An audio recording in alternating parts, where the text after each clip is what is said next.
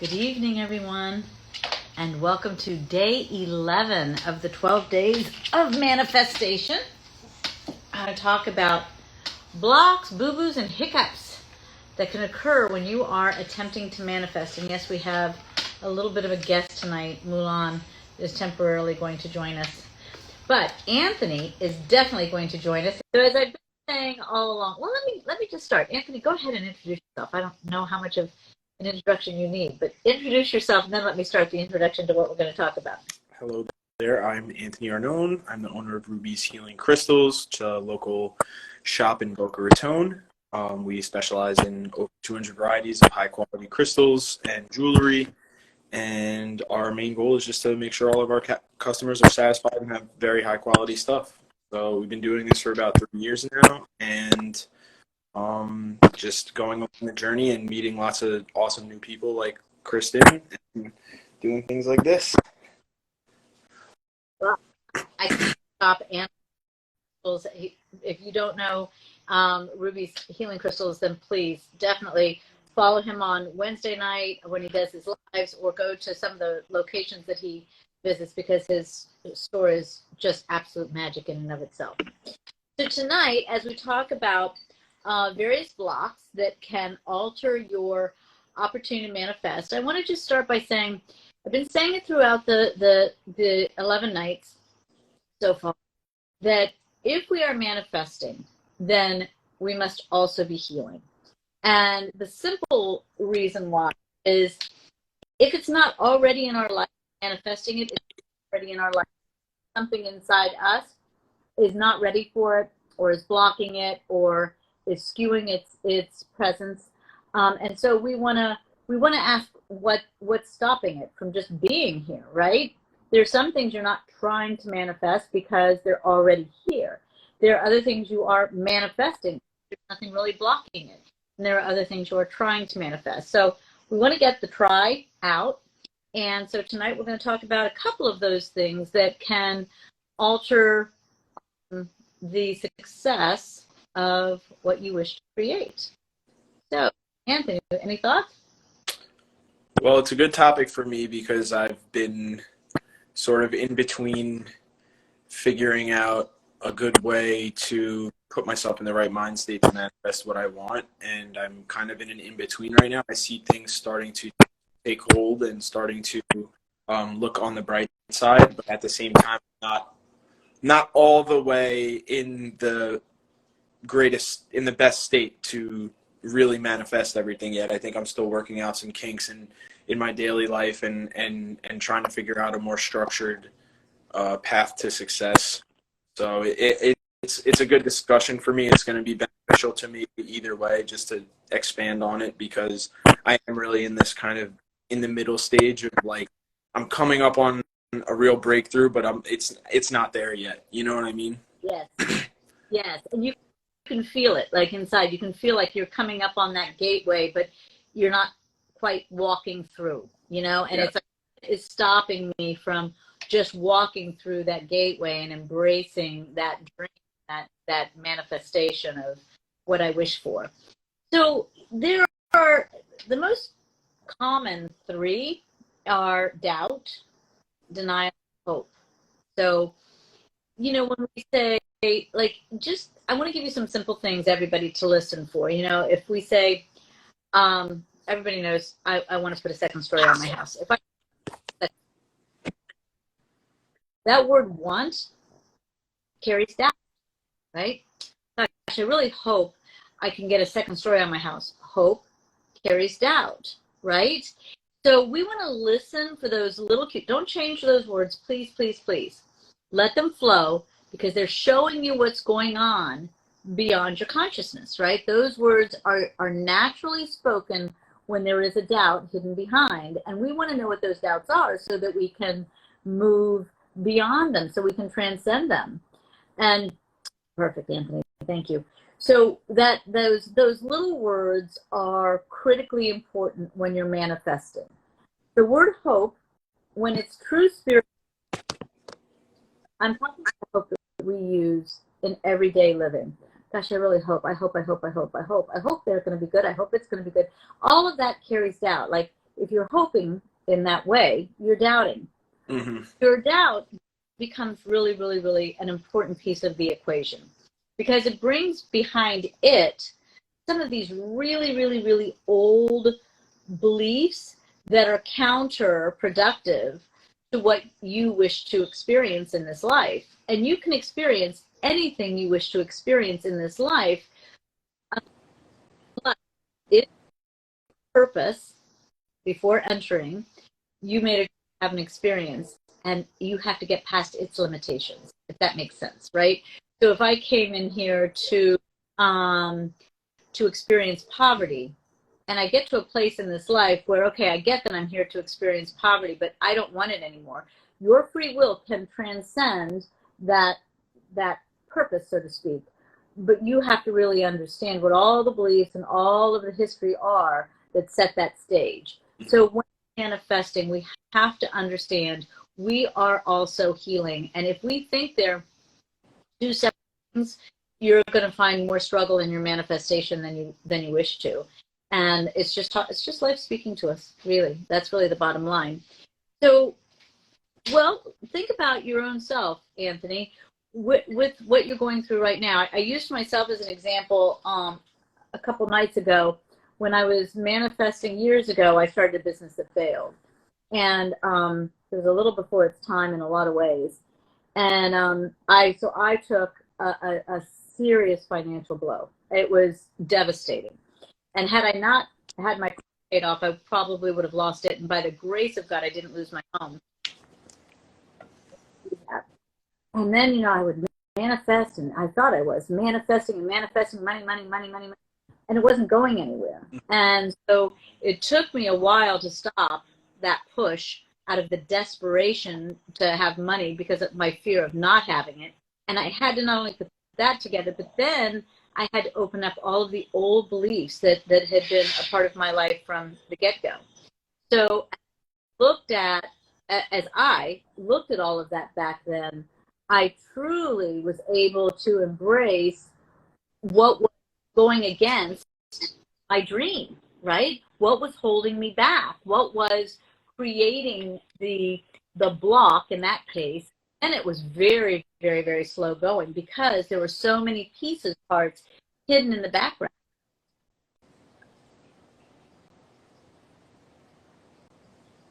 Ooh, you cut out, Kristen. I don't have any sound right now.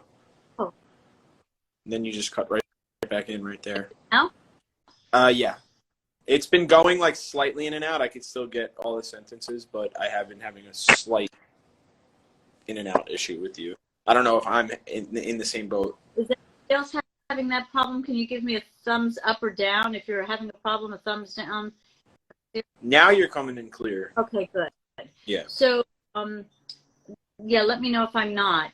Anyway, then it was slow because I don't know where I stopped, but then it was slow because there were so many hidden parts that I had to get to. Mm-hmm. And as I healed, things started to come to the foreground and things started to happen.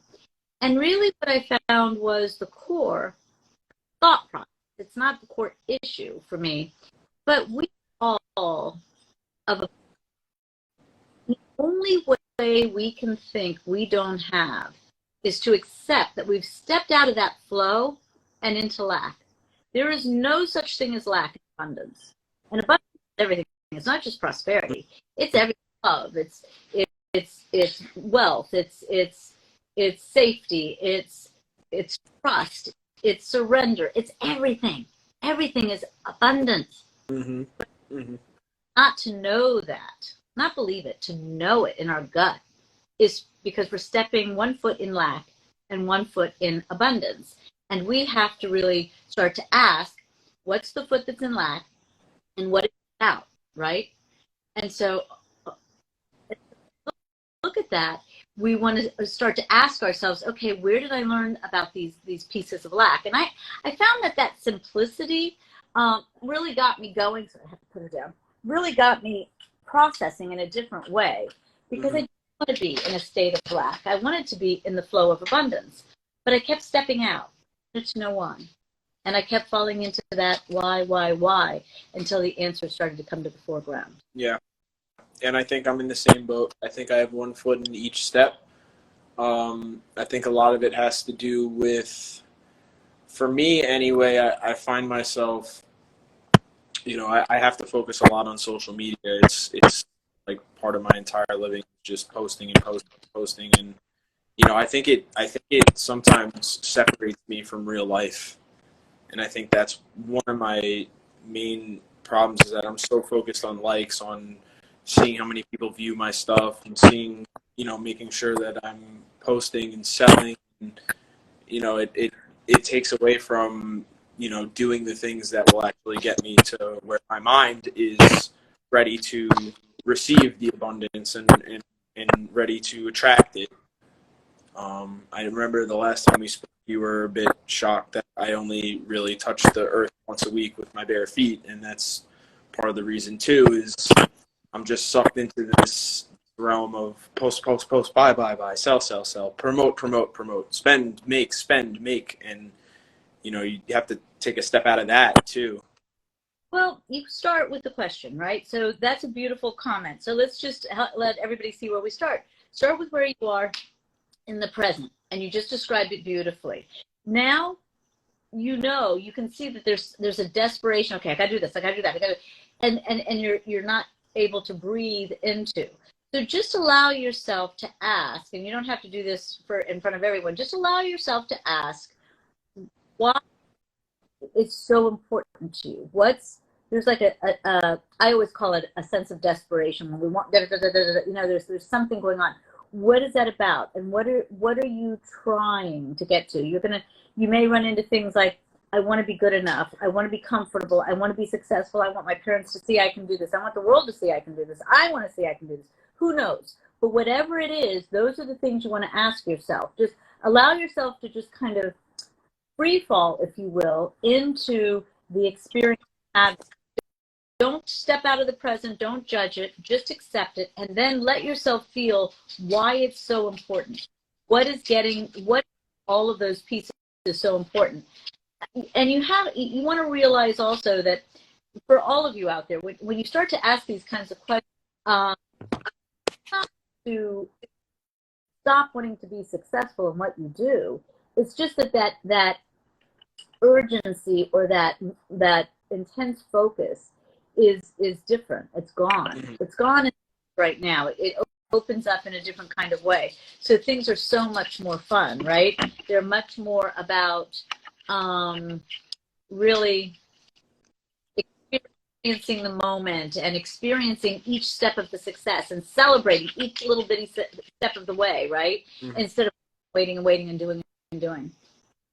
Wait, absolutely, is another piece of it. If we're waiting for something to happen, we are blocking the flow, because when we stop, and if we're stopping, then obviously we've stopped all that energy flow. So do we want it to go towards the physical, materialistic world, or do we want it to be the soil in which that material life grows, right? If we want to richen the soil so we have greater abundance, however you get greater abundance, I don't know, but we're more stepping in abundance, then you just have to have the patience and the willingness, and probably the belief, to really richen the soil, and not try to keep pushing just the crops, because eventually the soil weakens. And I think that's the problem for many, right? Does that help a little bit? Yep, hit the nail on the head as usual. It's about regrowth. After trying and trying again, you still have to have the capacity to grow and to get back up on your feet. And that's really what's been for me, is just seeing what's going wrong, improving it, but no matter what, each day, just doing something, even if I feel like maybe I'm not at my best, maybe today wasn't the best day for me, at least putting some sort of effort into it every single day. And that's one thing that I'm having a lot of reassurance about, and that I'm very confident in, and that everyone keeps telling me. It's like, doesn't matter how you feel about anything, if you're putting forth effort and energy into something and you're doing the right thing, it will come back. Yes. And you will be repaid. So that's that's one thing that I constantly reassure myself of, and that everybody keeps telling me, because that's the number one rule of my business, is to treat everyone the way I'd want to be treated, and I'm going to hold that true until I'm no longer in business. Yeah, we don't need to say that. What we want to say, you've got it. That there is a flow. That's the entire law of attraction. That what you give out comes back, right? Mm-hmm. And another piece of this manifestation in the blocks, that for you, what you give out is going to come back and is coming back. You're seeing that cycle, that circle, that flow, that energy, right? That's attraction. Now let's look at the piece that's running with that cycle. It brings up the fear of no return, right? Fear that you'll work and work and work, and it won't be enough of a return. So that's where we want to really kind of catch ourselves when we're manifesting. And that's where the healing begins, right? So there's a song by Garth years ago called Unanswered Prayers, and I've already used it as an example in these 12 days, but I'm going to use it again. And so in high school, he's got a high school sweetheart who he is absolutely in love with, and he prays every night for her to be his, right? Oh, God, please make her mine, and blah, blah, blah. Then 10 years down the road, he and his wife go to a local high school football game, and there's his high school sweetheart. And he's with his wife, and he starts talking to her, and they're catching up on all times. And as he's talking with her, he realizes, wow, she was my wife. My wife is the love of my life. So the song then says, thank God for unanswered prayers. But there's no unanswered prayer, right? Mm-hmm. He had is in the first part. And I'm sorry to repeat this example for everybody who's been here every night, but it's really important. There's the one side that says, I love the love, and he got the love. And the other that says, I'm afraid of losing her, and he got the fear of losing her. So I work with this one person who thinks it's reality. He's got a new business he just started a year ago, and it's already making money. It's not profiting, but money's already coming in, things are happening, and he's like this close. And it's an amazing feat that he's done in 1 year. It really is, because we usually plan on 3 years for things like that to start to happen. Mm-hmm. And I'm like, oh my God, this is really great. He's like, nope, I'm not gonna celebrate until I have money coming into my account. And I'm like, oh, so that's investing. No celebration of the positive. So how do we build upon the positive, mm-hmm. right? Careful. How do you use the word reality? Is reality that which isn't positive? Where did you learn that? Where did you learn that the struggles are what is reality and that the gliding is not? Because that's not the case. So let's open that up a little bit. Let's understand there are always two sides to the prayer, so to speak. There's the fear and there's the love and the belief. And where there is fear, there is room for healing. And when you heal, everything shifts over into the love. And so we just keep working it, right? The awareness of this is the key. And that's why I gave you a couple of really simple words at the beginning. Want, hope. You know, I really hope, I really want. There's another one. But anything that brings up doubt. Anytime you hesitate, you know, if somebody says, you know, what's your dream, and you kind of hesitate,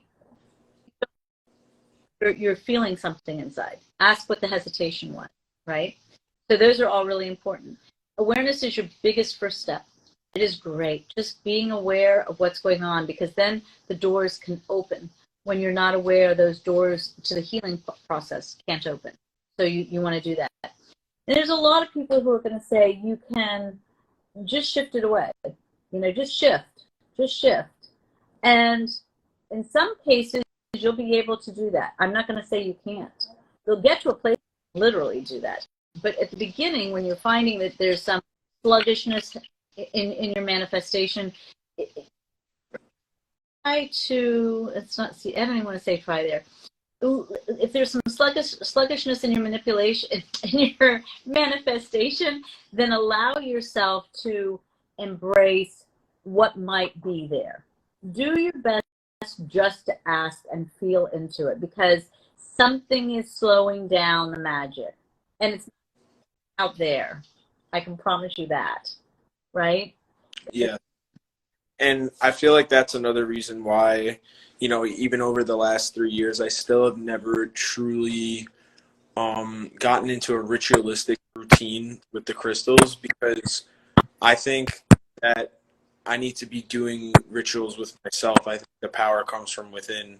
And I think that I'm, you know, the more and more I'm being called to do things in my spirit, I'm being called to do things for me, and that require me and only me, you know. And that's one of the reasons why I've always been a facilitator of these tools. But I think I first need to, you know, strengthen my core and my, you know, confidence and power in myself to be able to utilize the tools that I already have with me. And that's why I've been called to the beach. I've been called to different activities like Tai Chi is extremely it looks really good for me right now. I've been doing little 10-minute sessions every day and trying to work myself up, but something about getting in that flow really intrigues me, and I feel like a connection with that. Two things. One, I'll tell a story. I'll bring it back to manifestation. But I was doing some shamanic training, and the shaman with whom I was training we were doing a healing, and each room to the healing, and bring our tools. Right, you bring the tools that you're going to do your healing. I stepped into the room, and I don't remember why I had no tools. I don't know if he didn't tell us that what we were doing or what. Anyway, I didn't have my tools. So anyway, I go in, I have no tools, and he tells me I'm going to do this healing. And I say, okay. And so I just immediately started to do the healing with my hands. And I went through the whole thing, and it was a healing. It was, you know, apparently did what it was supposed to do. And at the end, he started to laugh, and I said, "What are you laughing at?" And he said, "You're the only one who knew just to use your hands, that the tools are merely an extension of you." And so I share that line with you, Anthony. Your tools are merely an extension of you, and I share that with everyone. So if you aren't healing within yourself and knowing the intention and the power and the grace and the healing of you, then what are the tools? We are so used to thinking external, but that's our block. There's a big gaping space between you and the external. And that is another way that there can be a block or a skew to your manifestation. So remember that intention within is what is so important. Then we bring in the crystals. Then we bring in the mantras. Then we bring in the meditations, right? Mm-hmm. And we can also use those mantras and meditations for healing. But the vision board, it's a tool. Everything on the in-between is generated by you. And that goes beyond even what we're talking about to just regular everyday things. Like, you know, if you pick up a hobby, like, you know, certain people, like, maybe they'll pick up a new hobby and they want to do you know, they want to rollerblade. You know, some people will right away go buy a $250, $300 pair of rollerblades and say, "Oh, these are the best ones." But you're not out there practicing every day. It doesn't matter how much your rollerblades cost, you know, and if you're not putting your own effort into it, you know, you see the parents that buy their kids all the best baseball equipment and uniforms and this and that, and then the kids hate baseball and it's not for them. And, Right. you know, like it comes from you first, you know, you have to master your craft and then you can, you know. Right. And there's something else I want to say to everybody when we look at these blocks and the interruptions to our manifestation. Expectations are another thing that can be a block. If you are expecting yourself to do something, like if I think I have to do these rituals every day, or I have to do something this, or I need to do something every day and more of it, and I really should, you know, all of that, those are keywords that it's an expectation. And an expectation, again, is an external process. It's not internal. So remember, anything that goes back to the external is going to create a block or a barrier to the manifestation, because there's a big gap between you and the end result. So those expectations, anything that is an expectation, and again, everybody, do not change your words. Listen to them. They are teaching you where you can heal and shift on the inside so that your life is more of what you wish it to be. Right? I have such a funny little story that goes right along with what you just said. A friend of mine, Pat, came to visit me. He is my Herkimer Diamond source. He's my Herkimer Diamond guy. He digs thousands of amazing specimens every month. He takes people on tours. He takes people digging. He teaches them how to dig. He teaches them how the crystals are formed. He's a huge part of the Herkimer community. He's a staple in upstate New York. And one of the things that he was expressing to me, one of his, problems that he's been having is that there's a lot of these YouTubers, these blogs, these Instagram people that, they're showing these little 30-second videos of digging in the mud for 15 seconds and pulling out a crystal the size of your head, and everybody freaks out. He goes, but you don't see the excavator that they paid $6,000 for the day to tear up the ground. You don't see. So these people are coming in and they're going on tours with him, and they're having these expectations of doing a little bit of digging and pulling out $1,000 pieces. And, he has to sit there and explain to them, hey, if you find 2 or 3 nice ones by the end of the day, you had a good day. He has to kind of talk these people down and get them to be at more realistic things, because their expectations are so high that when they go out there and they don't find what they're looking for, they're very upset, and then it goes back on him. So it's funny how I learned that maybe 3 or 4 years ago. And I love the example, because if I'm going out there expecting, then I'm disappointed. And where am I in that whole process? I'm nowhere. If I go out to have the experience of feeling the soul and finding the Herkimer diamonds and learning and being right with the process, then it's a fulfilling day for me, period. And I have manifested that portion of my dream. But if my dream is filled with fear, then I manifest the disappointment, right? Yes. So it's a great example, because really the expectations in this case show how what you manifest instead of joy is disappointment. And people do it all the time. So yes, expectations are one of those little creepy crawlies that just feed on your dreams, right? So you want to get them out of there so that you have a clear sailing, for sure. Mm-hmm. Yeah. And, yep. It's the same with my good old hobby of fishing.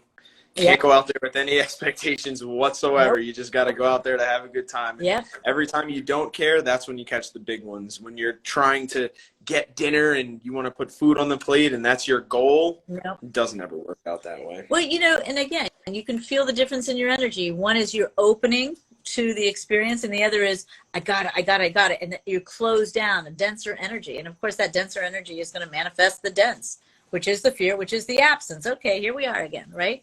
So you really, as you start to get really used to looking at your own self and being aware, you'll see how healing and manifestation literally go hand in hand. You cannot have one without the other, for sure. Are there any other questions before Anthony and I start to wrap up? We've been talking now for a while about blocks and skews to the manifestation of your dreams and in your life. So, and really putting together how to understand that healing and manifestation are hand in hand. You really do need to be willing to heal in order to truly manifest what you dream. So questions, thoughts, opinions, anything. I want to leave things open.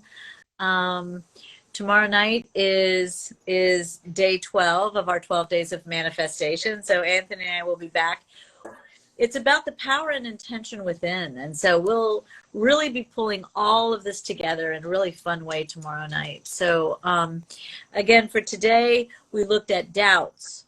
We looked at denial, at fear, at hope, at waiting and really not knowing. And we looked at expectations and how every prayer is answered on the fear side and the love side. And all of that is part of what can interrupt the manifestation of your dreams.